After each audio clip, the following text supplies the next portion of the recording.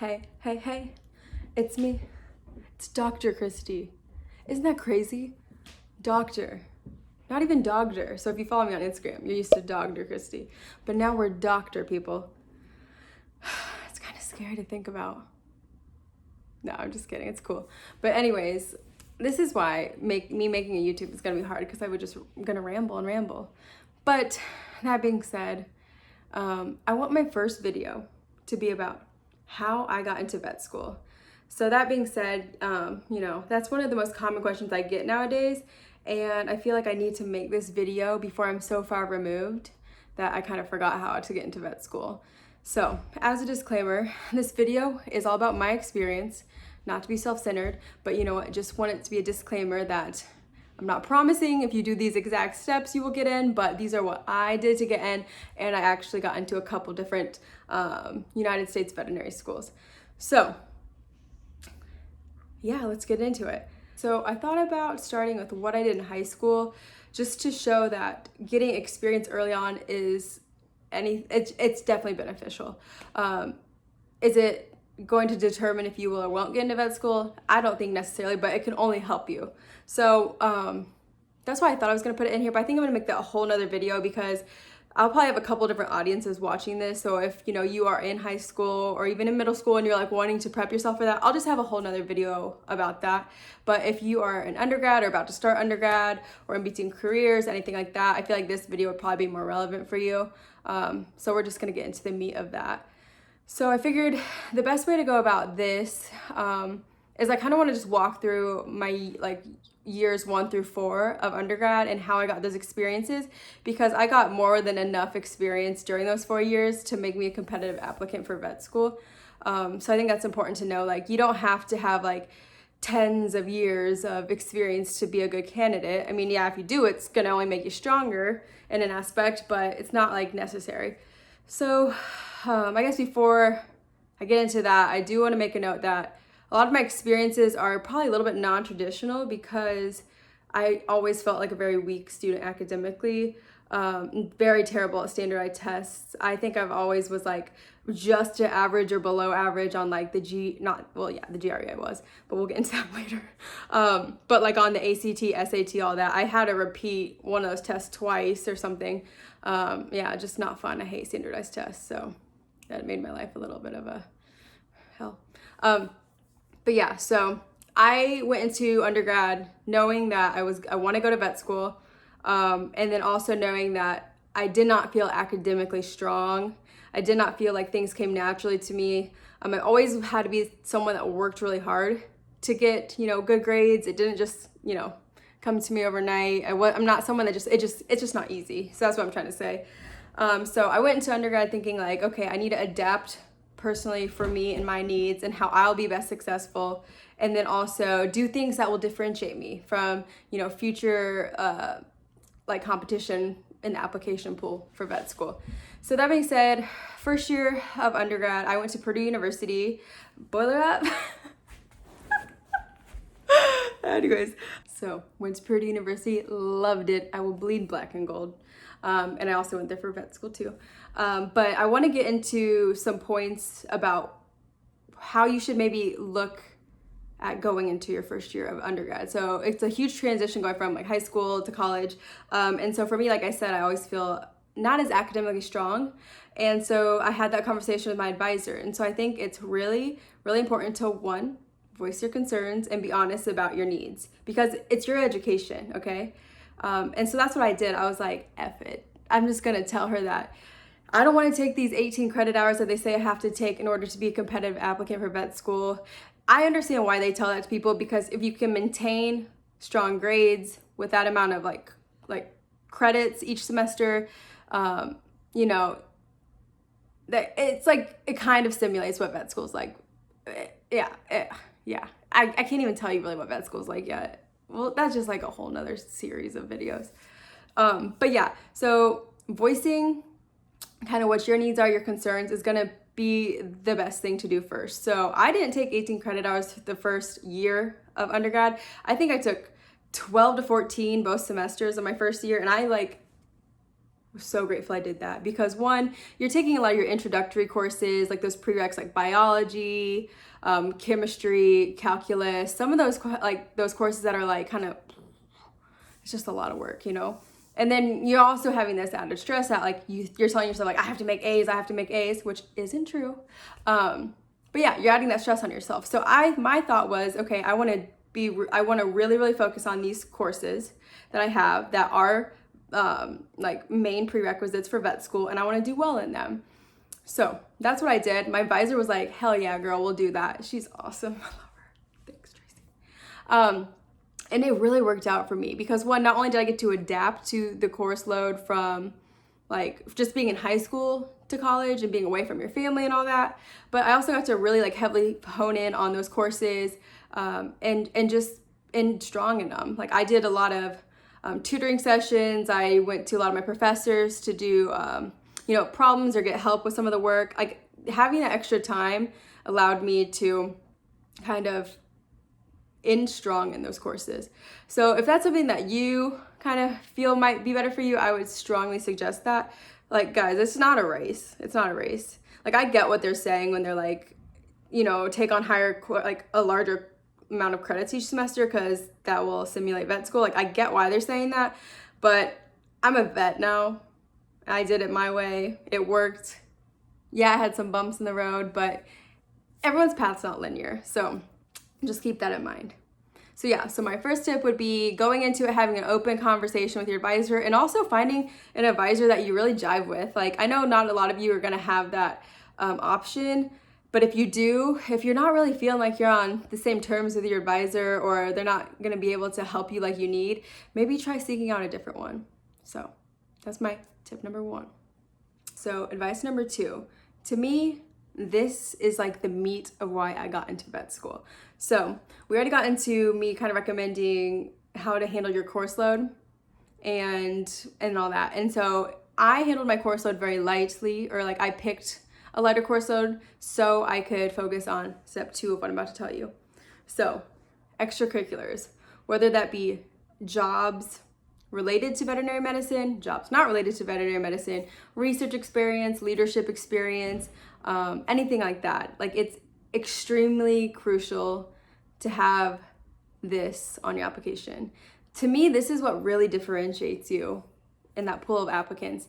Like, yeah, think about it. If you're applying to vet school, I mean, majority of people probably have somewhat of a strong GPA, or strong test scores, whatever, or one or the other or both. And then, everyone usually has some kind of animal experience, but what you want to think about are things that 1, you like and truly enjoy, and 2, things that will help you in the future as a veterinarian. And so for me, like, I actually love leadership stuff. I'm a nerd, I know. So I was like really wanted to get involved early on. And so my first year I got into Greek life. So I joined a sorority. I know I was kind of hesitant. I was like, oh no, are they gonna think I just party all the time? You can do both. I'm just kidding. I didn't party all the time, just sometimes. But yeah, so I joined Greek life. And then I'm trying to think what else I did. It was so long ago. 8 years ago. Wow. Anyways. Okay, so I joined a sorority, like I said, 5 times already.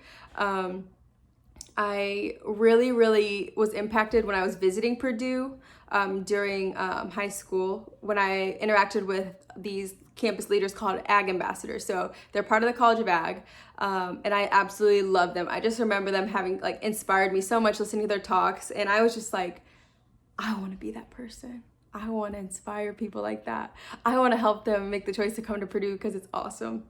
And so I found every way to get my name out there and to like show that I really cared and wanted to do it. So I applied, and that program is actually pretty competitive in the College of Ag. And so, I applied as a freshman, I, got accepted, I had interviewed and all that. I just remember it being kind of really scary, but I was just way like gung-ho about it. And I was like, I gotta be an Ag ambassador.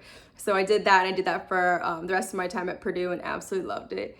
So I did those 2 things like in the beginning, and then, after I did my first semester of coursework, I was like, okay, I feel like I could maybe take on a little bit more, like leadership wise and stuff like that. And so I had gone to a career fair randomly. Like, I did a lot of random stuff, but I went to a career fair, long story short, to practice talking to people as a first year, like undergrad student. Very, very funny. And then I actually ended up scoring an internship at the local zoo. Isn't that crazy? Yeah, so it's like, honestly, if you just put yourself out there, you never know what will come from it. So yeah, I got an awesome position at the local zoo as an animal care intern, and absolutely loved it. So those are some of the, like a couple of different things that I did during first year. And I think those are all things I truly enjoyed, and you could see it when I talked about it. And so that's what I always encourage you when you're thinking about like leadership experiences. Always think about something like you like. Don't think about it because you have to do it to get into vet school, because trust me, you're gonna end up not liking it, and then you're gonna maybe not have the best attitude or work ethic towards it. And then let's say you want to use some of these people as like a letter of recommendation or stuff like that, it might not end well. So just moral of the story is really just seek out opportunities that you like. So, and then I'm trying to think of some other things that I did. A second year, I think I was more heavily involved in my sorority, took on like officer roles, and then became more heavily in the Greek community in general. I was a part of Pan-Hellenic Association. I helped a lot with recruitment, and then eventually the next year I was actually head of recruitment for Purdue sorority. So that was kind of crazy, but really good experience. So yeah, my point is saying is like, get involved in things early on. Get involved starting your first year, and get involved in things you truly like, because that's going to speak volumes about you. And you also want to have a diverse kind of set of experiences. So like I said, I did Greek life. I did stuff for my college, like I was the Ag Ambassador. I did an internship for a semester. I eventually got into, I believe, like the end of my second year of undergrad, into a research position, because I wanted to kind of just see. I've never tried research before. Who knows if I would actually like to do that in the future. And if I didn't, at least I tried it. And it's a good, different experience that I got to try. So I did that for, I think, the end of my second year till about the beginning of my last year at Purdue. And then, like I said, I got more heavily involved into like the Pan-Hellenic Association. So the overall like Greek community organization, was always pretty involved in my own sorority. And then, in between summers, I would periodically work at my local vet clinic in town. And then also I did a plethora of study abroad. So I'm like an avid traveler. I love traveling. Love it. I miss it. But yeah, I did a couple different trips. I did one to Ukraine. That was a veterinary medicine oriented one. And then I did one to Africa at the end of my senior year. Oh my God, sorry. Wow. So just to kind of summarize what I was just talking about for what I think was like the meat of my application and how I got into vet school, was the leadership activities, the extracurriculars, anything you can do to specifically stand out from the rest of applicants.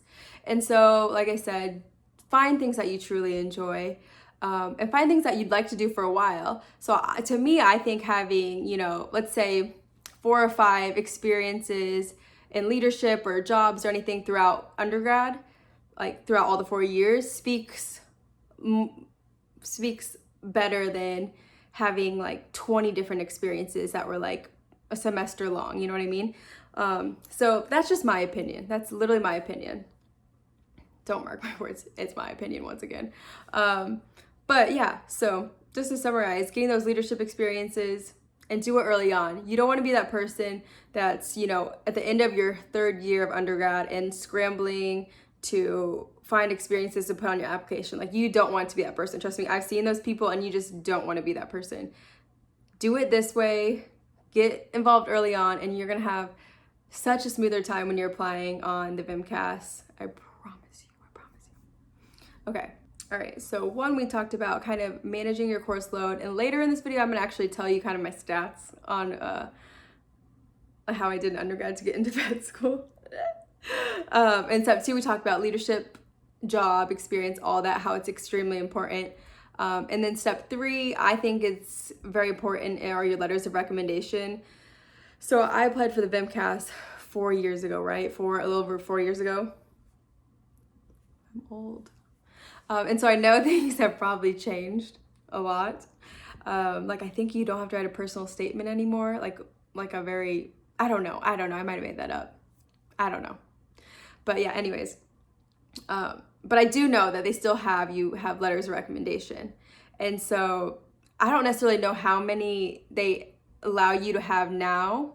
But when I applied, you had to submit 3, I believe, and then maximum of 6. And so my mentality kind of going into it was, I want to have as many as I can. And I want to have diverse letters of recommendation. Because I wanted people to be able to speak on my experience in like the vet field. So me working in a vet hospital, I wanted someone to be able to speak on behalf of how I work as a leader in settings that aren't vet related. I wanted someone to speak on behalf of some other diverse experiences. I had like research, and I wanted like someone to speak on behalf of just like truly knowing me as a person. And so I was like, I'm gonna get 6 letters of recommendation. You don't have to do that. You don't have to be that extreme. But I was like, I just want to ensure that, I have a handful of people that can positively speak on my behalf. So I ended up picking 2 veterinarians, both of who I worked with at my, the vet clinic in my hometown. One veterinarian I'm very close with. I work with her a lot. And then the other veterinarian, I worked with him a lot in high school, and I worked with him on like orthopedic procedures and did like my senior project in high school with him. So I thought, she could speak on behalf of just like how I work in the clinic, how I work with her. And then he could speak on behalf of like me helping in surgical procedures, implementing, I made like a brochure that he could give to clients. And then I had the person I did the research for, she wrote on behalf of, me working in her research lab.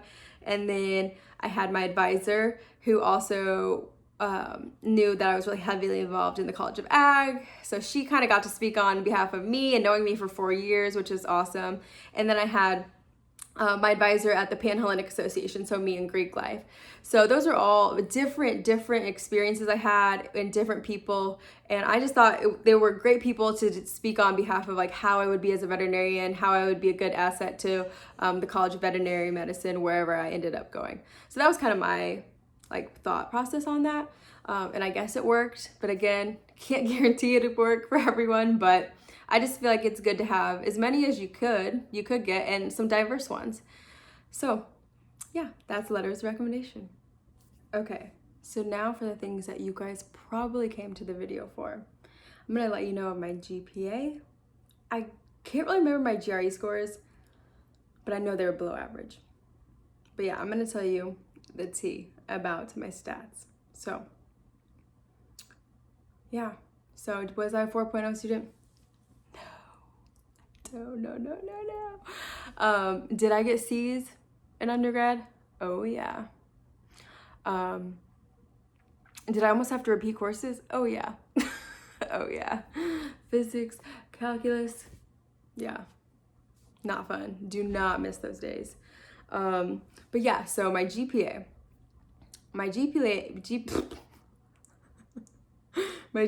I believe. So they break it down for you like a cumulative GPA. So like all the courses you took in undergrad, and then your science GPA. So I believe my cumulative GPA was a 3.5. Yeah. And then my science GPA was actually 3.6, which is interesting. So, definitely not the top tier gal, definitely not the bottom tier gal, definitely mid-tier average. And so, a lot of people that makes them uncomfortable. I got a couple C's. I got a C in both calculuses. I got a C in, I think, one of my physics courses. I think I also got a C in something else that was really strange. I need to pull up my transcript and I can literally show you. So maybe I'll add it on here. But yeah, so I got 2 to 3 C's, maybe 4 C's, got a handful of B's. I definitely made probably a lot more A's. I made a lot more A's in undergrad than vet school. I made like 12 A's in vet school. But yeah, so My stats weren't like, you know, top notch. They weren't terrible either, but you know, they got me into 4 different vet schools. And so I think that speaks volumes. My GRE was definitely below average because I remember seeing it and being like, I'm never getting into vet school. I don't know why 140 is like ringing in my mind. I don't even know if that's like the numerical range for GRE, but it just something like is ringing in my head that was like 140 or something. Maybe for one of the sections. It was just not good. Like I remember like seeing, for example, Purdue's stats for the class that was admitted before the one I was hoping to get into. And their like lowest GRE score was higher than my GRE score. So I'm pretty sure I made Purdue's GRE stat range the lowest. So yeah. So 3.5 cumulative GPA, below average GRE scores, and then I had a lot of leadership experience, or a lot of quality leadership experience, I'd say. So to me, that's really what differentiated me from the rest of the crowd. But I don't know. I did get into 4 different schools, so I feel like they saw something in me, and I believe that they will see something in you if you just stay true to who you are, work hard, and adapt to what you need. Don't do what others are doing. Don't compare yourself. Don't get on those weird like websites where everyone's like trying to be helpful, but they're really not. They're just kind of like flexing nuts on their GPA and stuff, and it just makes you feel like shit. Don't do that. Okay. Really just do you. It sounds so funny. Do you, boo-boo. No, really, just do what is gonna help you. Like if you have to do undergrad in 4 years, 5 years, that's fine. If you do it in 2 years, cool. People do that. It's crazy, but good for you. But yeah, my point for this video was not to really ramble, and that's what I have been doing, but to show you that like everyone's pathway to get into veterinary school is different, and yours is unique, and no one can be you, and that's what's special about it. So my takeaway for this is, 1, do what's best for you when you come into undergrad. So whether that be taking a lower course load, rearranging what classes you take in a different way, changing an advisor, doing whatever that can best set you up for the rest of your undergrad career is going to be crucial, and it's going to really help you. And then 2, get those leadership experiences, do those extracurriculars, get a job that you'd like. Those speak volumes about how you are in different settings, different roles, how you work with others, because they will ask you these questions at vet school interviews, and you're going to have to work with other people and animals for the rest of your life if you want to be a veterinarian. So it's super important. 3, strong letters of recommendation. Very, very, very crucial.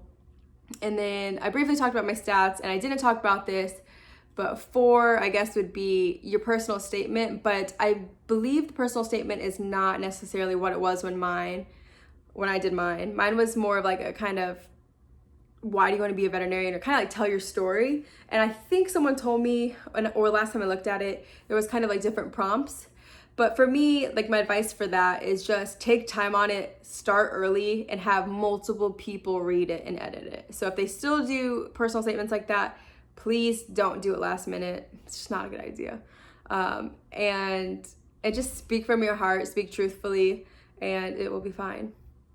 So I hope you endured this rambly long YouTube video, but all I want to do is help you guys, because I know the struggle of not feeling like you're gonna get in or you're good enough.